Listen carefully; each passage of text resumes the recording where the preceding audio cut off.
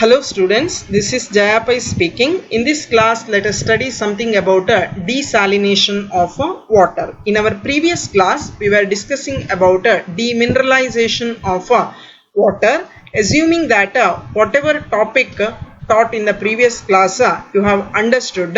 Moving on from there to a new topic here, that is desalination of water. Now let us see what is desalination. So desalination is nothing but it is a process of removal of salts. Desalination is a process of removal of salts from seawater or brackish water. Seawater or brackish water. Brackish water means it could be lake water, to make it fit for human consumption. So we have to reduce the concentration of salts in seawater to the extent the water becomes fit for human consumption. That process is called desalination. I repeat, desalination is a process of removal of salts from brackish water or seawater in order to make it fit for human consumption. Some of the important desalination methods are reverse osmosis, electrodialysis, multi-stage distillation, etc. But in your syllabus, only reverse osmosis is included. Let us study reverse osmosis process in detail. Now, what is reverse osmosis? Before that, let us study something about osmosis. Here, osmosis phenomenon you have already studied, to be honestly speaking. In your plus 2 level, you have come across this term. So, osmosis is a natural phenomenon.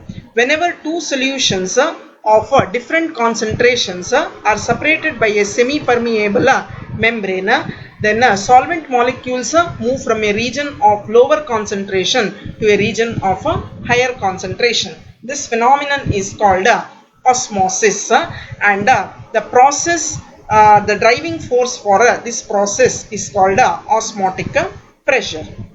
Now let us see the picture here. Here you have dilute sugar solution and concentrated sugar solution. Both are separated by means of a semi-permeable membrane. Semi-permeable membrane is the one which allows only solvent molecules to pass through, but not the solute particles. When dilute sugar solution and concentrated sugar solution are separated by means of a semi-permeable membrane, in natural phenomenon, what happens is solvent molecules are moving from a region of lower concentration side to higher concentration side. That means water molecules move from dilute sugar solution side to concentrated sugar solution side.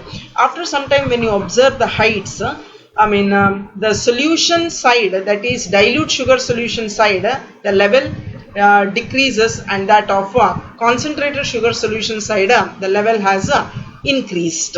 So from this it is clear that the solvent molecules have migrated from a region of lower concentration to a region of higher concentration. This is what osmosis. But if you apply a pressure on the higher concentration side greater than the osmotic pressure, if you apply a pressure on the higher concentration side greater than the osmotic pressure, then the solvent molecules will move in the reverse direction. They will move from a region of a higher concentration to lower concentration, provided a pressure is applied on the solution side.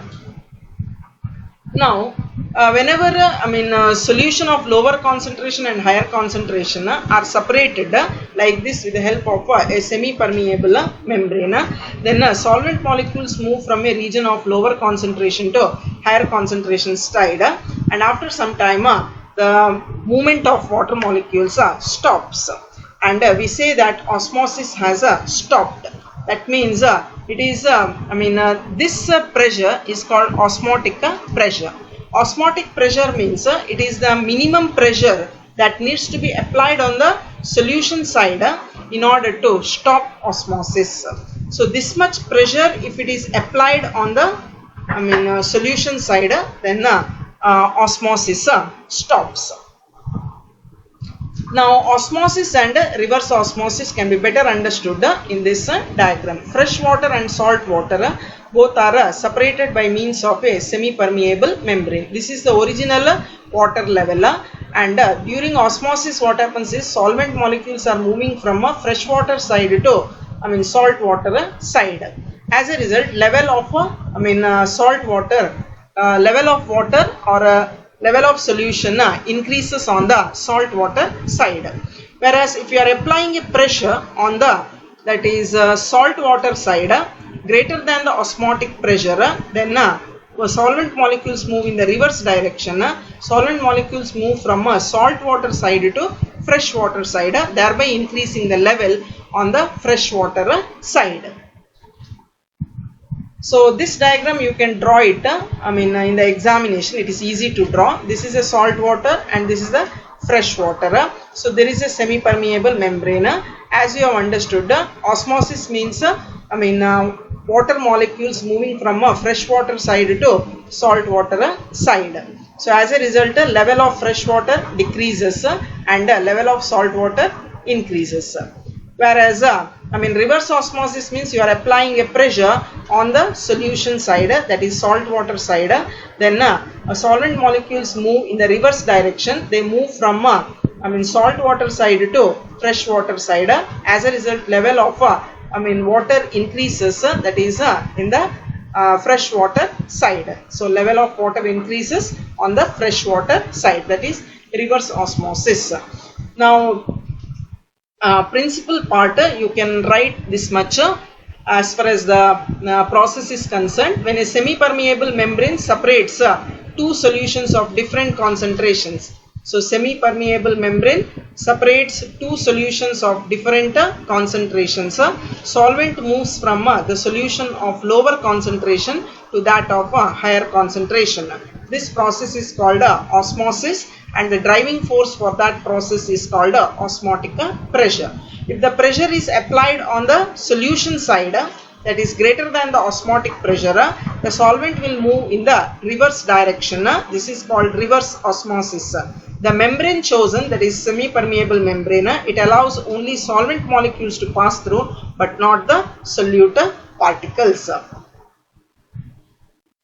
Now procedure, the process it is carried out in a reverse osmosis cell. In this cell, seawater and fresh water are separated through a semi-permeable membrane, and that is something like this: seawater and fresh water. This is the fresh water and this is the salt water. Salt water is nothing but seawater. They are separated by a semi-permeable membrane. This semi-permeable membrane, it is made up of either cellulose acetate or polymethyl methacrylate, or that is also called PMMA, and polyurethane, etc.